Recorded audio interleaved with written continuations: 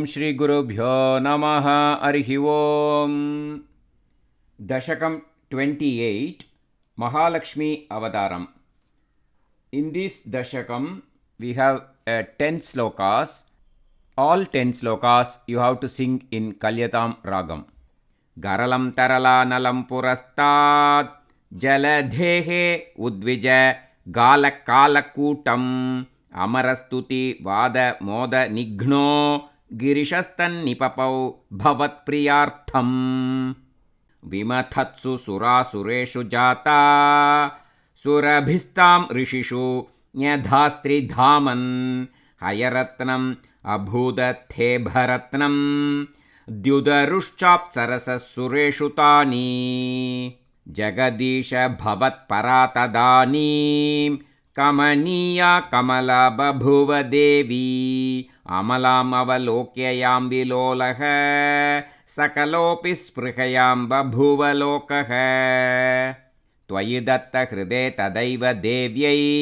त्रिदशेन्द्रो मणिपीठिकां व्यतारीत् सकलोपहृदाभिषेचनीयैः ऋषयस्तां श्रुति कीर्भिः अभ्यषिञ्चन् अभिषेकजलानुपाति मुग्ध त्वदपाङ्गैः अवभूषिताङ्गवल्लीं मणिकुण्डलपीतचेलहार प्रमुखैस्ताम् अमरादयोन्वभूषन् वरणस्रजमातभृङ्गनादां तदतीशा कुचकुम्भमन्दयाना पदशिञ्चितमञ्चुनूपुरा त्वां कलितव्रीलविलासमाससाद गिरिशद्रुहिनादिसर्वदेवान् गुणभाजोऽप्यविमुक्तदोषलेशान् अवमृश्य सदैव सर्वरम्ये निहिता त्वय्यनयापि दिव्यमाला उरसा तरसा ममानि थैनां